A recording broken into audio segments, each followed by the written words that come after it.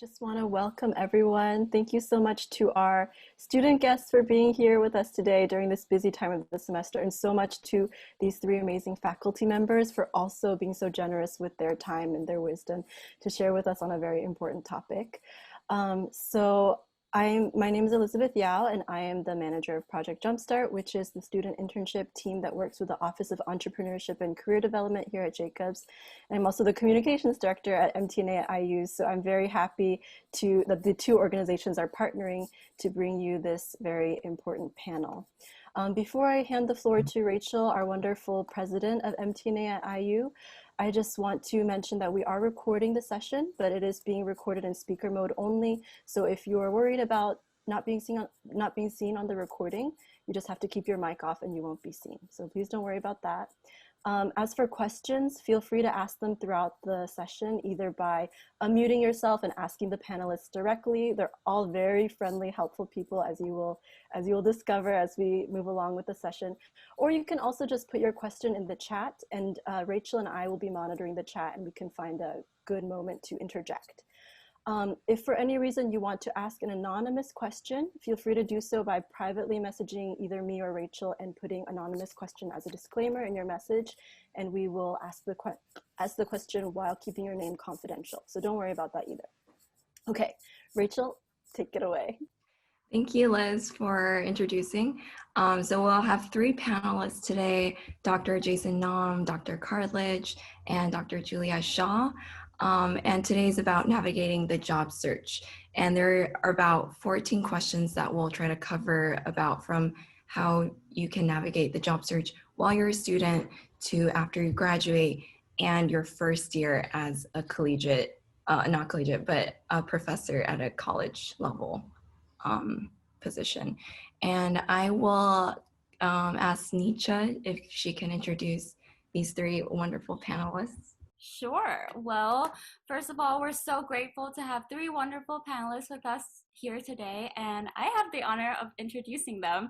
I am sure most of you have interacted with Dr. David Cartledge at some point in your semesters here at IU, as he is the coordinator of the secondary piano program at IU, as well as the co-chair of the piano department.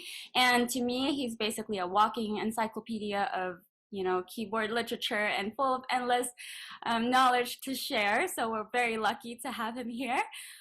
We also have Dr. Julia Shaw from the Music Education Department joining us. She's served as conductor for several children's choir in the Midwest and is an active choral clinician with multiple publications. She's very impressive.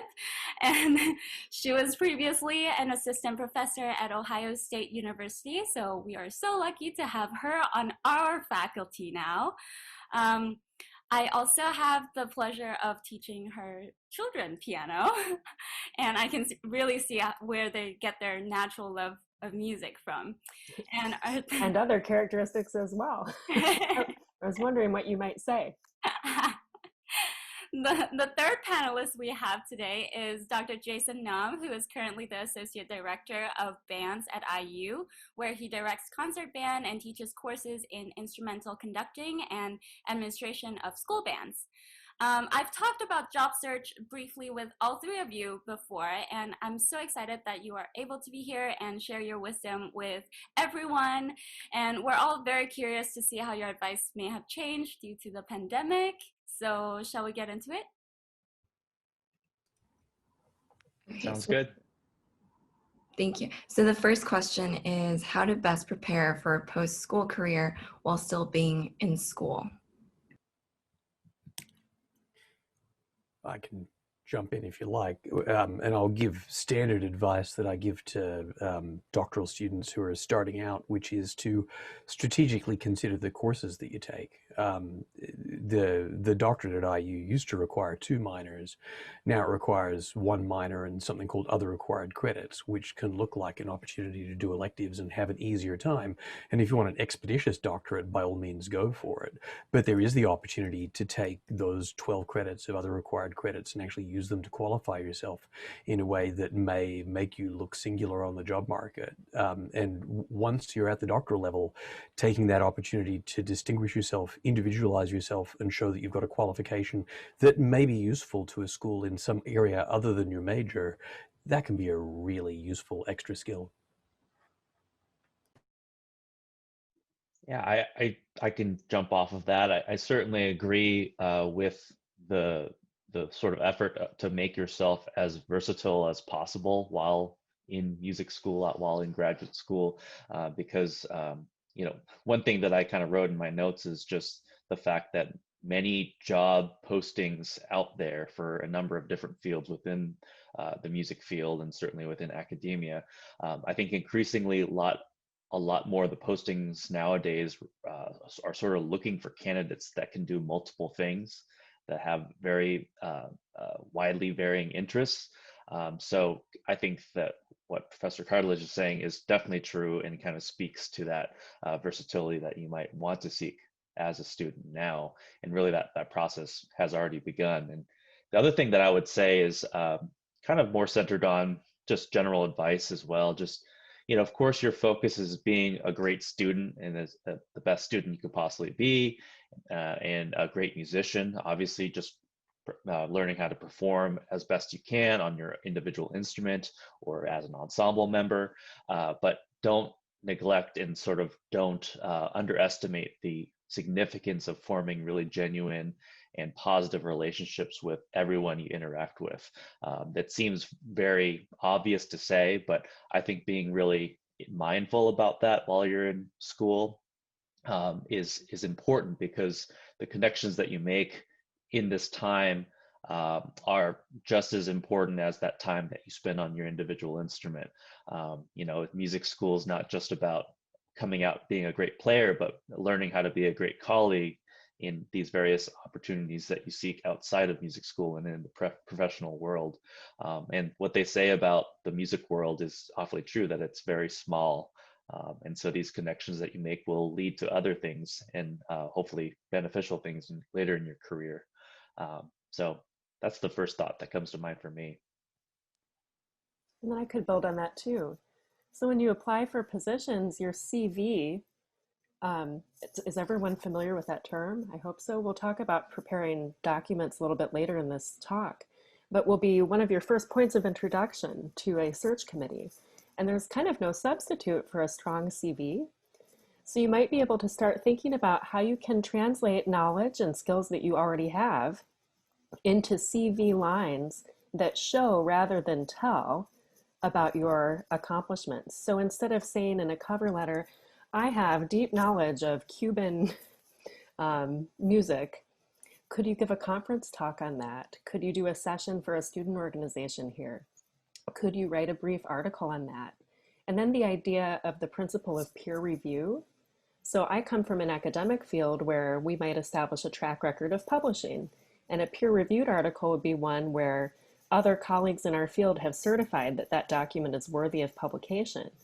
Well, that idea might translate to performance-related fields and creative activity as well. Maybe the prestige of your recording label, or maybe you won a competition, as was already referenced. So any accomplishments where kind of colleagues in the field, not just your word for it, but additional experts have certified that your work was worthy of including in this conference program or appearing in a particular venue.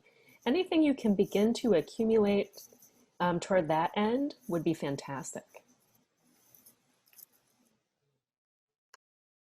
I have just one more thing to add to that, kind of in that same spirit of seeing what you can do to connect what is currently happening, what you're currently involved with you know, your later professional life is, I think starting to think about topics or subjects or genres of music or repertoire that you're most excited about or passionate about while you're in school is really wise. Whether that be completely separate from your required coursework or maybe as an outgrowth of your courses and graded obligations, but coming up with possible research interests in the future or opportunities to seek kind of avenues of creative activity, because we'll talk later on about just what expectations tend to be as a new faculty member, especially at the university or college level. But starting to think now about what those research interests might be, and actually kind of trying to fashion what you do in your courses now to kind of drive you towards those ends. Because I know for me, you know, to be perfectly transparent, I'm not really that far off from finishing my terminal degree. You know, it's several years back now, but I remember it fully. And to be sure, a couple of my most recent publications were actually as an outgrowth of my graduate work. Papers that I wrote in school that I unearthed and then kind of dusted off and expanded upon. So I think in the case of my experience, developing those interests and sort of solidifying those in my mind really helped me give me more purpose, or in sense of purpose or direction in how I started to begin my later sort of academic research career. And granted, my field is both kind of, I have one foot in the performance field and one foot in kind of the writing and publication expectations, but that really helped me kind of have ground to stand on and a launching off point. And to sort of build on those things too, I mean, it's not too early now to get actively involved in conference activities. A group like MTNA at IU, right, that's here at IU now, and also other student groups like Mu Phi Epsilon, and I've lost track of all the different student groups, but there are so many there that link you to organizations that are national, that are running conferences, that are providing opportunities for you to submit, but not only on the student track. You shouldn't feel like as a student your only place to submit potential conference ideas is on the student track. It may well be that what you're saying is interesting enough to submit on the general track as well, which looks all the better. Something that I've said separately to the MTNA group is that in this way, COVID is kind of your friend, because all of these conferences that previously required you to travel are now kind of virtual and wide open, and you can apply and submit all over the place, and you can submit at state conferences, at regional conferences, at national conferences, at student symposia, and you'd be stunned the opportunities that are out there that can create the kinds of things that Dr. Shaw was talking about, to get line items on a CV that show your productivity. And you'd be stunned how easy it is to take, if you've wisely chosen a term paper topic, you'd be surprised. You can turn a term, you'd be surprised that people might really be interested in it. And that it's actually worth turning in and submitting. Now, if it's a term paper topic that you cobble together at the last minute and cram the night before it's due, maybe not. But if it's something that you've really put effort in to show your skill set, put it out there. There's absolutely audiences for a wide range of stuff, and at state, regional, national, and international levels. Look at the professional groups associated with your instrument or major, but look at things like the College Music Society, which has a national conference as well as a bunch of regional conferences, and frankly, they're looking for content. And professors are often very happy to suggest venues where you might submit. And then just listening to each of you speak, I would just encourage grad students to think beyond the boundaries of a single semester. Maybe you're taking a 13-week course right now and it's very intense and the paper isn't as fully developed as it could be over a longer period of time. So maybe you pick it back up in the summer and look back at the feedback you received on it and even upgrade it from there. Yeah. And I would add to that end, it's so important to save everything. Save your work, have backups of your backups, because you never know what a term paper or some work you've done in your courses can and will be viable in the future for kind of more expanded thought and additions, and something that could turn into a presentation or something that will prove your skill set or research interests. So plan ahead and think more widely. I would completely agree with that. Thank you. You guys mentioned about how it's important to build connections while you're in school. I was wondering if it's just as important to build those connections with your mentors and professors for future job search, and how much role that plays into finding a job.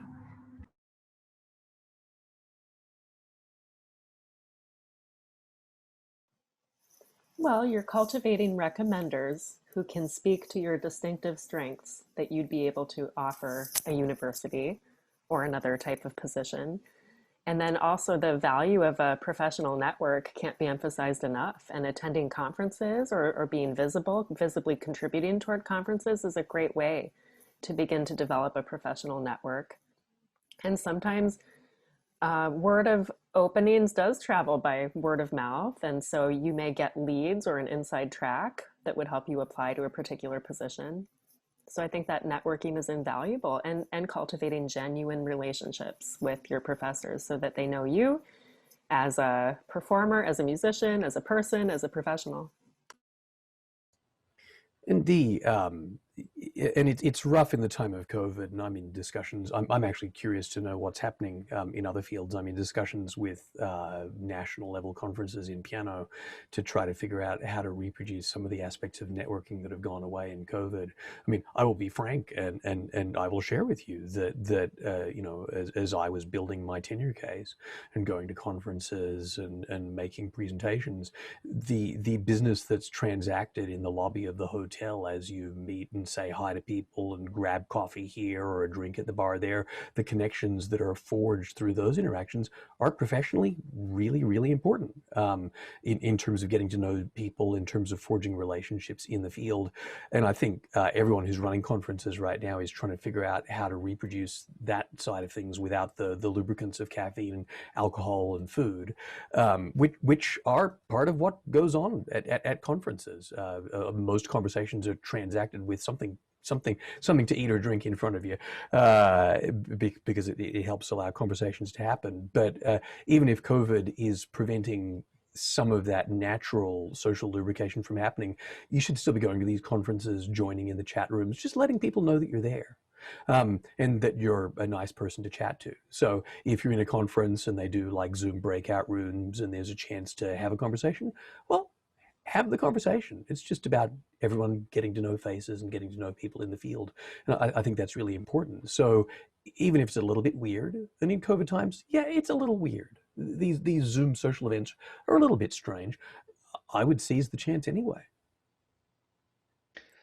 And I would add that in addition to all of that, and of course, given the benefits and certainly some of the evils of social media, we all consider over time. That being the case, I mean, however, I think that social media does grant us the opportunity to hear of gatherings over Zoom. I know for me, one gathering that I participated in as a panel discussion member over the summer was one specifically geared towards topics of diversity, and specifically the topic was just Asian American band and orchestra conductors throughout the country and even beyond. And so it was an opportunity for those that identify as Asian and other music directors at all levels of different schools, from middle school on through college and even professional.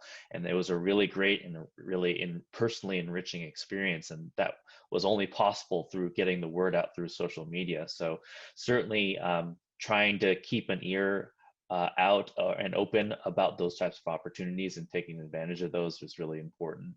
I'm going to take one step back to what I kind of mentioned before about how important it is to have genuine connections with the faculty members that you're interacting with. But I also think having genuine connections with your peers and your colleagues here at the Jacobs School is equally as important. That can come down to attending recitals, ensemble performances, and of course, this is kind of speaking outside of COVID in a normal sense, but giving feedback when asked, getting feedback of your own performances, just entering into these relationships in which you are sharing each other's thoughts and reflections and really using each other as resources. But I think that when it comes to the process of developing a network, it's really important to build on existing connections you already have. I think one mistake that people make when thinking about how do I build a network is they think that you have to build it from scratch, and you kind of shortchange yourself in terms of what network connections you already have. So making full use of those connections that you have here at the Jacobs School, talking to your colleagues and peers, and again, it being a very small world, you'll be surprised at how many connections you already have that you can use as a foundation as you move forward. So you really aren't starting from scratch. And I think that realization is the first step. And IU people are everywhere. So one of the things, my experience of all of the pianists here is that you're all just lovely people. So in terms of getting along with faculty, I don't think you need to do anything extra. I think you're pretty great. But what you can do is, if you're interested in particular areas, talk to your teachers about who they know is in a certain part of the world or a certain part of the country. Because IU people are everywhere. I've been here almost 30 years, and I know people all over the place. I don't know if I can get you an in with them, but the reach of IU is pretty vast. So what Dr. Nam describes as in, networking here, getting to know your friends here, that doesn't mean use your friends. It means just really make them. And you'd be surprised how crucial those bonds can be as time goes by. I received a follow-up question about this, especially pertinent in the time of COVID. How would you advise going about cultivating faculty mentors right now when everything's so distant?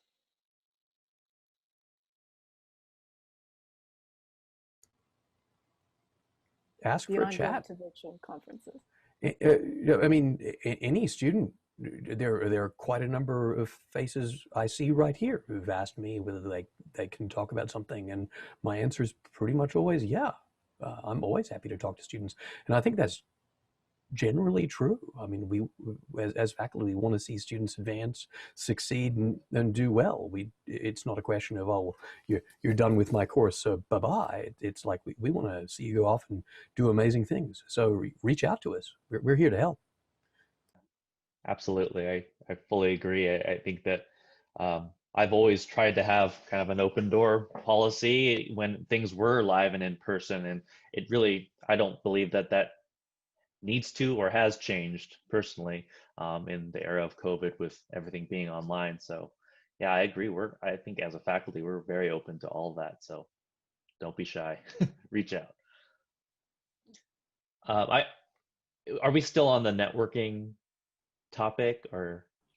We can do like a minute or two, and then maybe Okay. dive into the actual job search and where to start and how to start. Well, I wanted to add to the networking thing, because one thing that hasn't been mentioned, which I think is important, is the kinds of ways and means you should network, or perhaps the most authentic ways to network. And even that word networking, and even like the word that was listed in the question of branding, those words can kind of feel icky at times, and kind of can feel very self-promotional, and you feel kind of weird. Anytime you sit down and even write your own bio, it's a very arduous experience, because you're sitting down and celebrating yourself and trying to figure out what you're going to say without coming off as arrogant. But with networking as well, I think that one thing that you should consider is to avoid kind of this opportunistic tone of it. It's just all about what another person can bring to you. I mentioned sort of working with your colleagues, or working with connections you do make in terms of what you can do to help each other.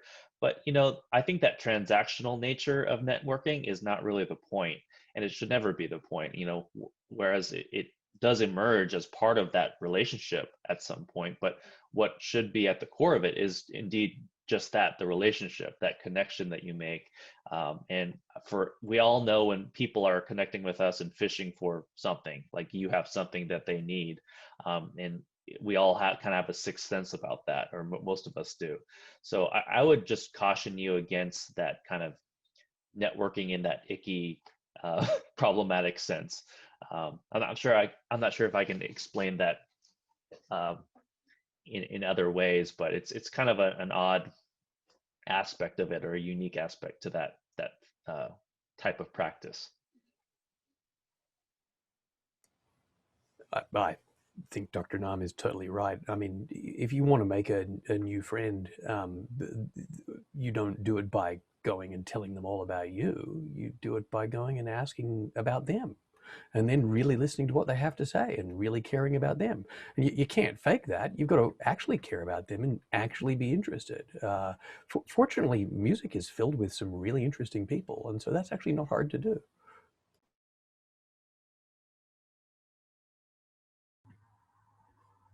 Okay, thank you so much. Let's go on to the next question, since of time. The job search, where to look, challenges during COVID, and finding a job now, and what are the different things that we have to watch out for, where to start, and how to prepare.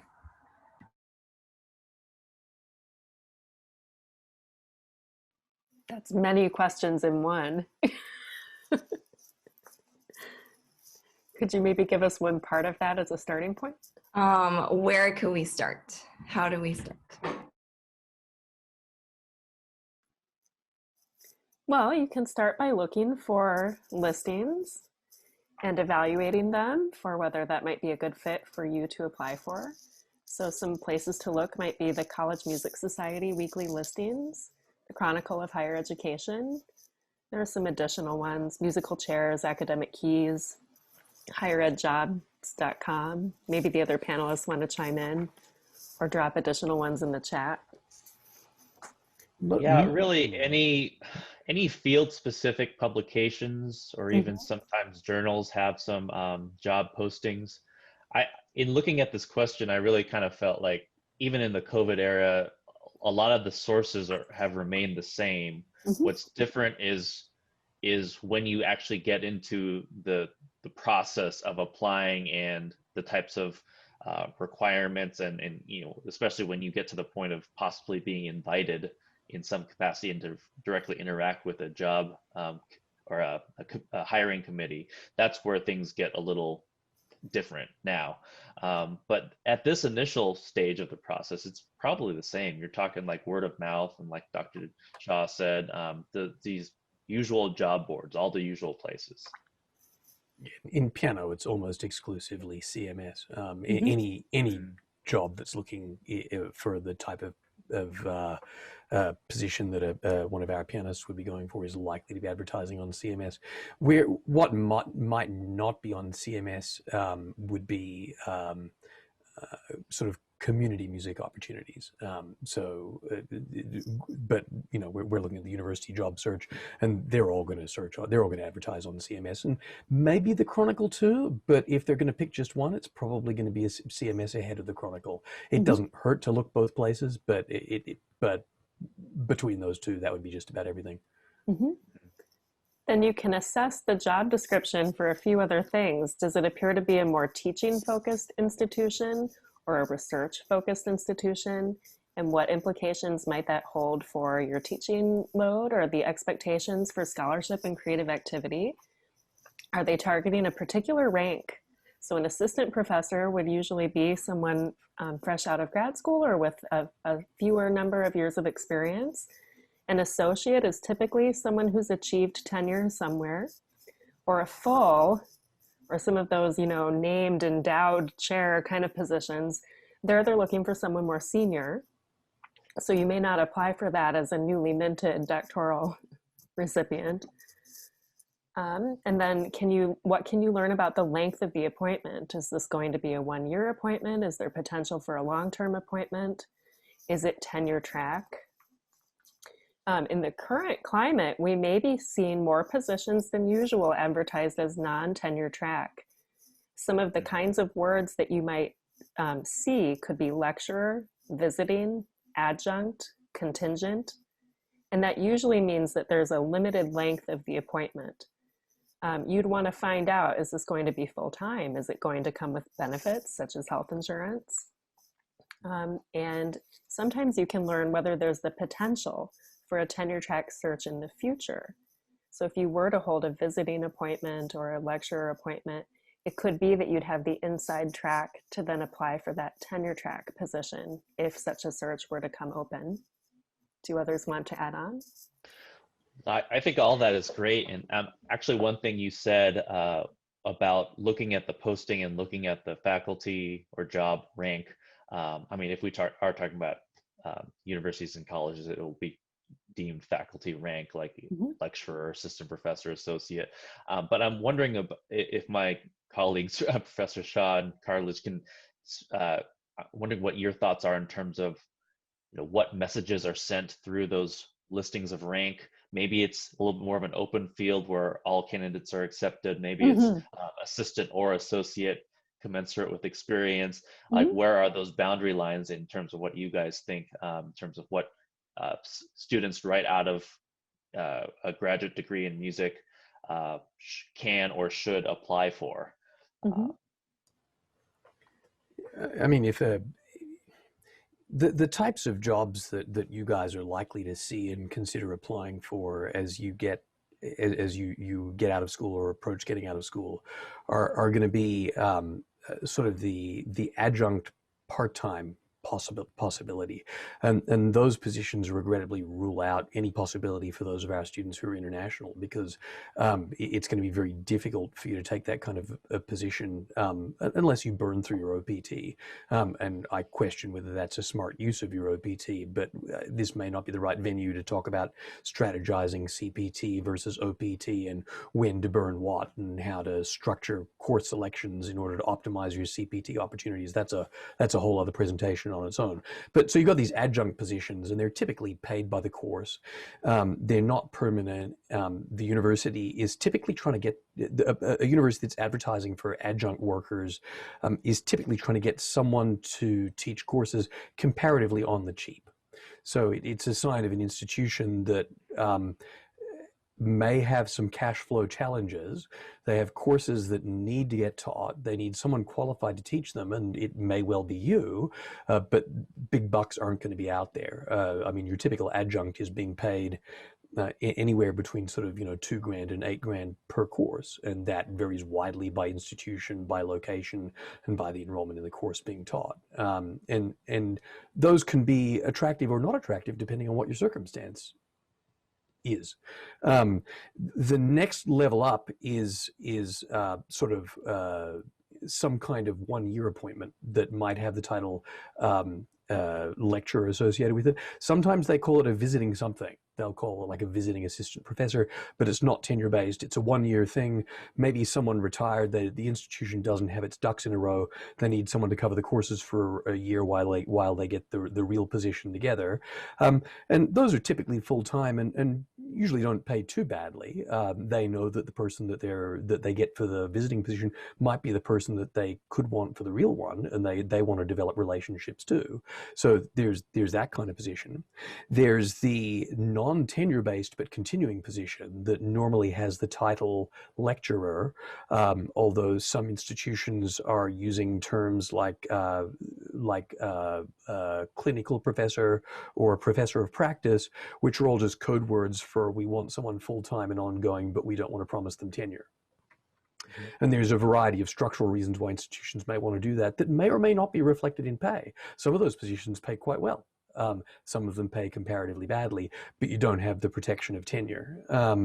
And so there are all those categories of positions before you get into tenure-based positions, which I think we've articulated already, that start at assistant, and then you have essentially an up or out scenario where you either get tenure or you're forced to leave. But you could be facing any of the above, and your willingness to take them will depend a lot upon things like salary, mobility, family situation, whether or not you have dependents, international student status, and so how you weigh how realistic it is to apply for these kinds of positions. It's going to vary a lot. I mean, an adjunct job in the Northeast corridor between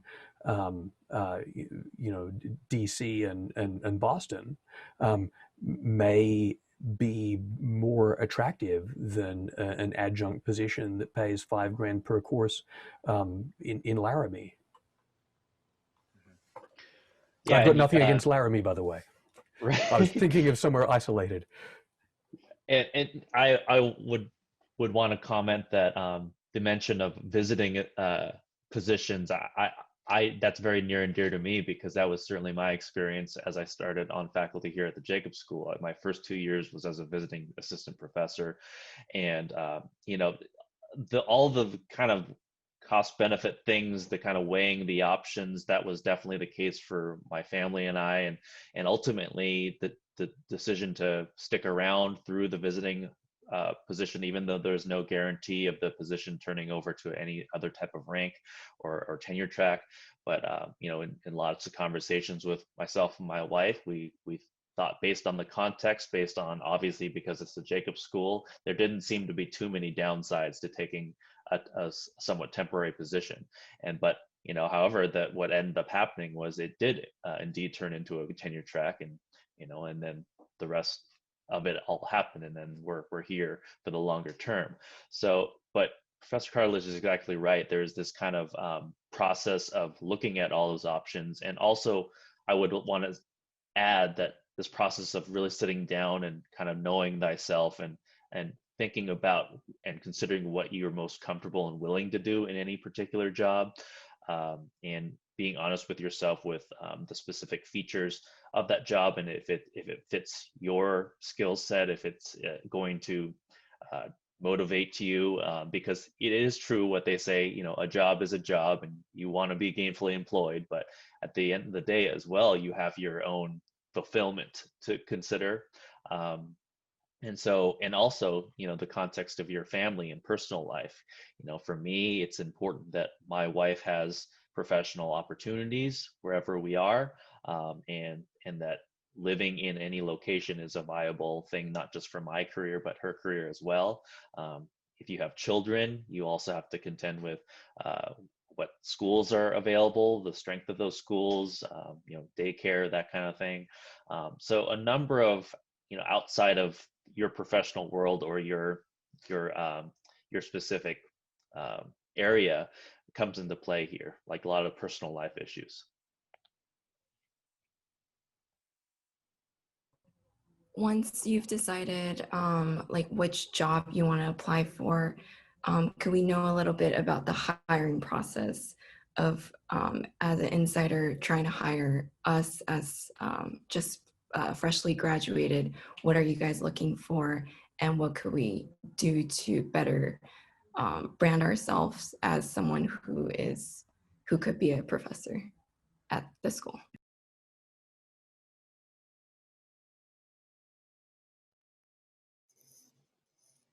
Well, even if it's not a tenure track position, you could think forward, just for an exercise. Think forward to if you were seeking tenure.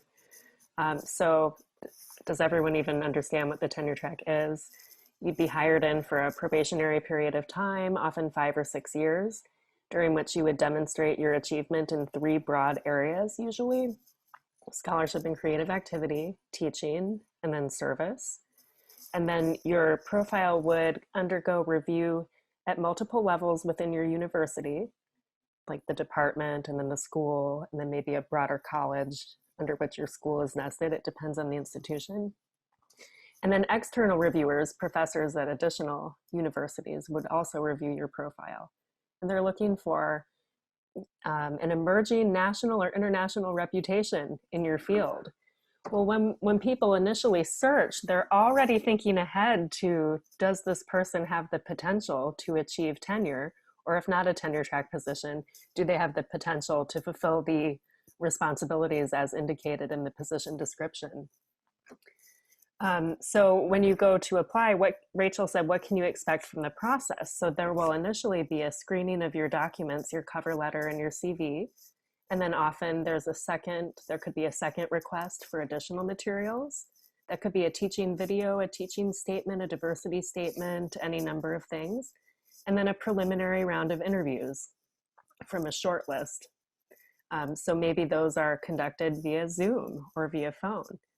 And then eventually they'll have maybe a limited number of candidates, 3, 4, come to campus and undergo an extensive campus interview. And then from there, a search committee recommendation, a dean director recommendation, and so forth. So what can you be doing now?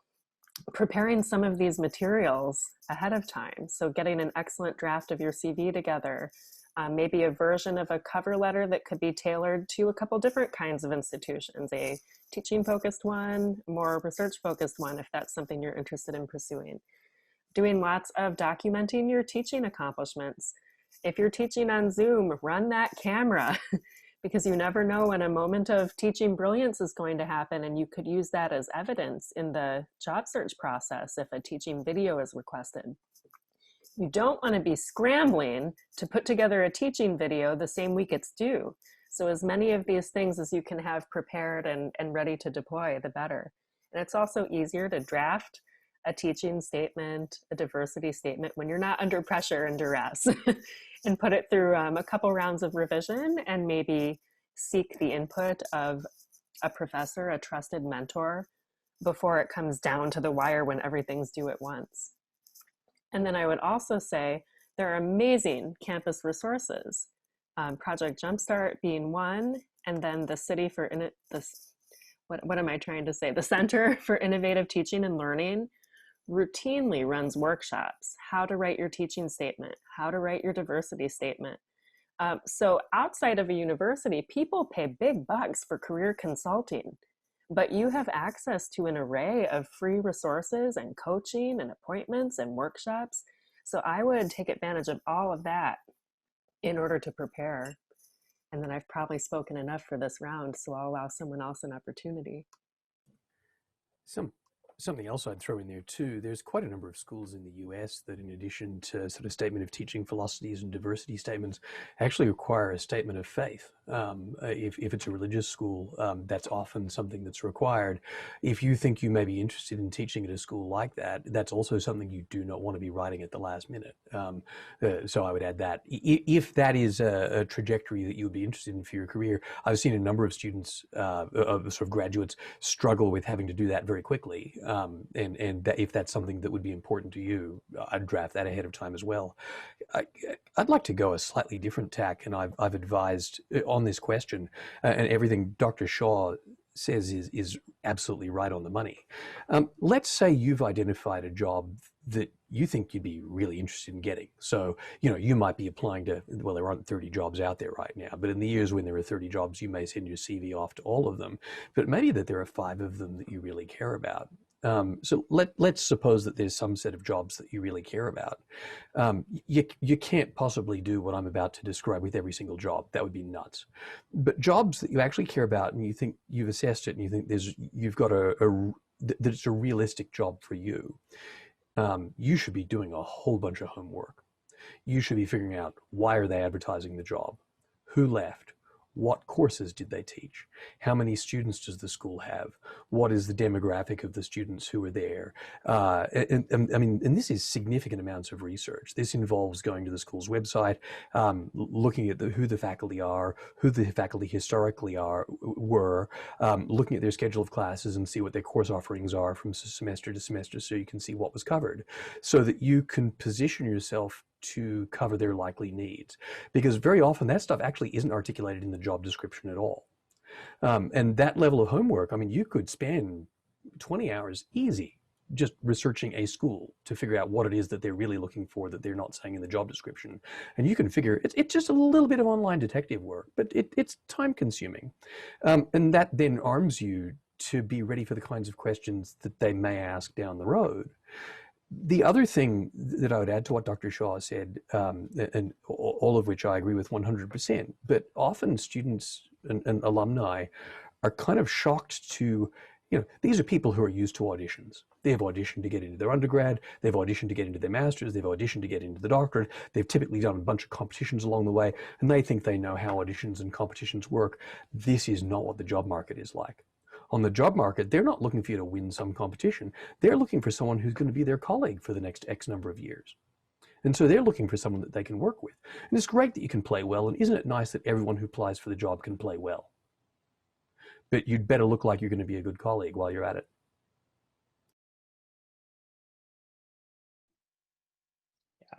I agree with both my colleagues with everything they're saying. I would say that also in the mix here with your professional or your materials that you prepare is recommenders, kind of getting ready for all of that, and having a reference list, and those lists are usually two separate, can be two separate documents or even separate groups of people. But for the topic of letters of recommendation, I think it's really important as early on as you can within reason to think about those that may be ideal recommenders for you, not only in general, but maybe even for a particular job. Maybe there's a connection, and often there is, between one of your mentors and the job in which you're applying for, and that's just money in the bank, right? I mean, that's it's usually the case where a connection leads to directly leads to an opportunity. So being thoughtful about that is really important, and also just kind of some logistics around working with your mentors that might be recommenders for you is to let them know far enough in advance to where they can adequately prepare to write letters, because you want the best possible letter, and you don't want to contact them in the 11th hour. And as someone, as my colleagues do as well, many times, I'm sure, is there's always a season of letters of recommendation that we have to write for our students and those that we're connected with. And the worst you could possibly do is spring a letter on us that we need to write. We're all usually really nice people, and I know for me, I have a hard time turning students away because I really want to support students, but boy, does it make life hard for us if you come to us too late in the game. So just kind of a plea to you to please reach out early. And then another bit of information that sort of just a bit of semantics is when job postings ask for a letter of application, what they're really talking about is that term is often kind of used interchangeably with cover letters. So they're basically talking about a cover letter there. So if that term comes around and you're kind of confused by that, that's sort of what that is. Dr. Nam reminded me as he discussed recommenders. I suppose let me give you some inside scoop here. When as a recommender, I often get called up when students that I've recommended have made it to some kind of cut where references are now being called. And the typical questions that I get are questions relating that are trying to get at the question of whether you're going to be a good colleague, whether you step up and do work, whether your interaction with students was positive, how you handled conflict during your time as a grad assistant, if you were one, if there was occasions where you had to deal with conflict and how you handled it, whether you're going to pick up your share of the work and go with it. But they're also deep-seated behind a lot of these questions is an existential concern that faces many colleges right now. They're worried about where the students of the future are going to come from, and they want to know if you're going to be able to recruit, and whether you're going to be able to teach classes that populate a room and generate the income that universities so sorely need. So they really frequently ask questions about, well, how are you going to be out there and how are you going to go about getting students? And you can demonstrate that now, maybe through some of the teaching that you're already doing, but actually through the kinds of networking activities that we've already described. And then make your recommenders aware of the networking activities that you're doing, so that when your recommenders are asked how you might recruit, we can say, well, I've seen their networking work, I've seen their work with music teachers groups, I've seen how they're getting out there and they're connected in the community and they know how to get students and work together with others. But everything described previously about building the portfolio and so on, that's all, in some ways they take that for granted. Everyone's going to have to do that, but they want to know how you are going to contribute existentially to keep their school going in the next generation, as many schools are worried about where the next students are coming from. And so your ability to be a recruiter and to be attractive to the future student population, that's absolutely huge, and you can help paint that picture of yourself now. That's always been a consideration of central importance. I wonder if it's intensifying during COVID-19, to one of your other questions. Thank you. Oh, sorry, I just received a question about some very important topic regarding salary and payment, which is always difficult for us to talk about as students and as musicians. Someone asked, for any position as a fresh DM/DMA, should I take whatever they give because I am desperate? Am I even in a position to talk about this at the interview? I always had the inclination that salary is probably most appropriate to discuss or negotiate at a later point in the game, after an offer has been made. To bring that up in an initial interview, or like the first direct interfacing with an employer or a hiring committee, I've always gotten the impression that's a bit of a faux pas, and premature. Any other thoughts to my colleagues or from my colleagues? You don't bring up salary until an offer's been made, but you can Yeah. you can research what comparable salaries are in the that a lot of that institutional data is out there. State schools often have faculty member specific salary lists, so you can get a really good idea of what's happening. Private schools less so, but no, the questions you ask at job interview, and depending on how relevant this is to you, is you can say, you can ask questions like, what are good parts of town for an incoming faculty member to live in, and is there a chance for me to look at something like that while I'm here? Say you go in person. That does two things. One, it gives you an expectation of what the living environment might be like. Secondly, it communicates that you're genuinely interested in the position. And thirdly, it allows your future peers to give you a sense of what it looks like to be there. And a job interview is a two-way street. They're assessing you and you're assessing them. You can ask intelligent questions that will give you the information you need, but also genuinely convey to them the interest in the position. If you're asking questions about neighborhoods, questions about schools, questions about the livability of the city, everyone loves to talk about that. So you go to a place, your potential future colleagues, they're going to love to talk about it. Everyone loves talking about that stuff, but you're communicating a genuine interest, and that may get you some of the information you're looking for in a way that makes you look constructively positive. That's really good advice. And I would say, once you reach the point where you have received an offer and it is appropriate to negotiate, expectations for that will differ according to the type of institution, but I think it's generally expected and anticipated that you will negotiate. And there's a professional discourse for doing that your mentors can help coach you on. But in addition to salary, there are further elements that could be negotiated. Maybe materials you need for your studio or your lab or something like that. Maybe a research startup fund or a fund to support creative activity that may not be direct salary income, but may improve your living circumstances considerably. And those can come from varied funding sources. So if they're not able to move on salary for one reason or another, there may be a different kind of element that they could offer you as part of a negotiation package. So you could do a whole workshop on that, but you could talk with some trusted mentors about how to approach negotiation. That moment can be your one and only time to get a really good piano put in your studio. Right. And I would also add to that, and as obvious as it may seem, it's, I think, wise to research housing prices, cost of living in the area well before that negotiation takes place.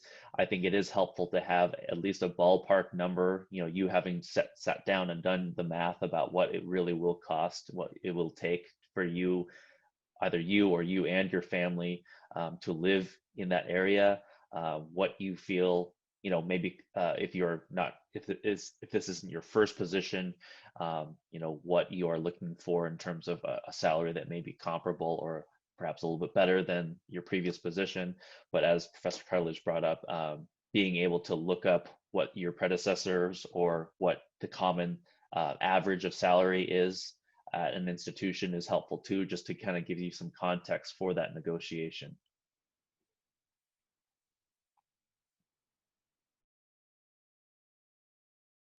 Since we're almost out of time, I just have one more question. Since we're on the topic of the interview, what is the best interview tip in one sentence?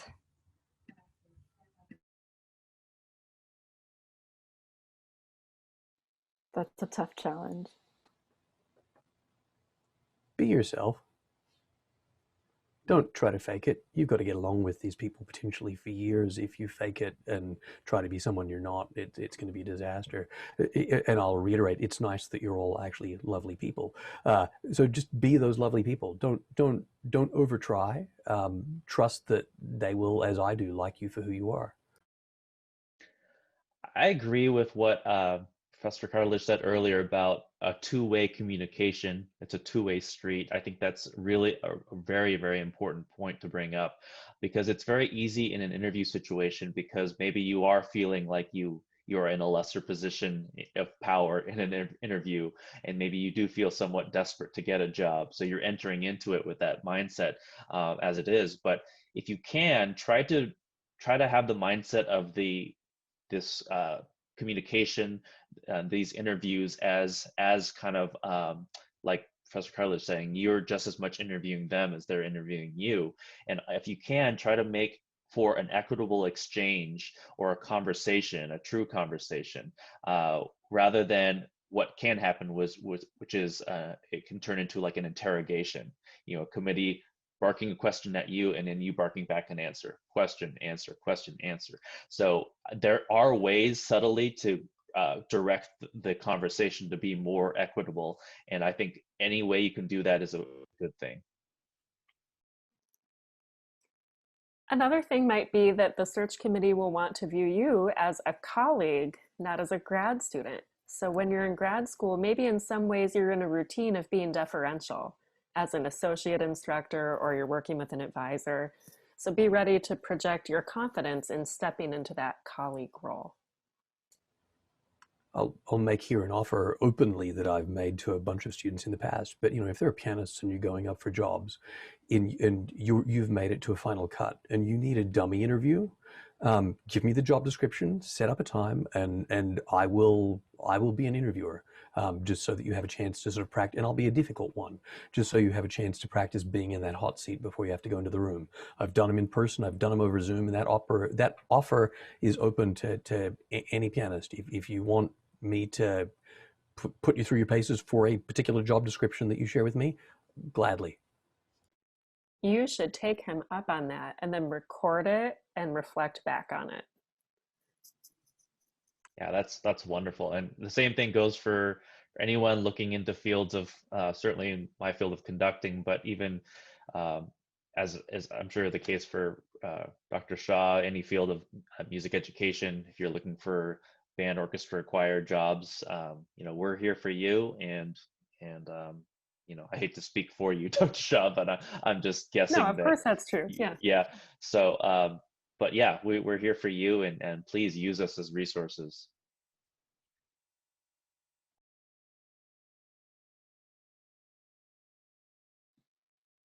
Well, I think that's probably our time, unless anyone has any last burning questions. I was going to apologize that my offer was just to pianists, but I wouldn't know what to ask people from other majors. I didn't mean to leave you guys out. I don't know the fields well enough to know what they would ask. But anyway, we want to thank all three of you so much for being so generous with this wisdom and these practical tips. It's definitely given us a lot to think about and a lot of very clear strategies for how to prepare ourselves. And I think everyone is feeling very appreciative, everyone else in the room. We're so grateful to everyone that came out today, whether you're a student or one of the panelists. Thank you so much for your time, again, during this crazy time in the semester. I want to also thank, beyond Rachel Chen and Nietzsche Stapanukul for setting up this session, I also want to thank NAFME, the student organization that so generously partnered with us, responded to our last minute request to partner, and I'm so grateful to see some of you here today. I guess with that, we'll end the session. Thank you again so much to Dr. Cartledge, Dr. Nam, and Dr. Shaw for sharing with us. We greatly appreciate it. Let's give them a silent round of applause. Thank you. Thank you. Thanks for having us. Thank you for the invite. Yeah, it was a lot of fun. We need to do lots more of these. Agreed. This is a topic that's so important, but not too often focused on. just sort of in bits and pieces here and there. For sure. Thank Yeah. you for putting it together. Yes, thank All right, you. thank you all. Thank Have a you. great day.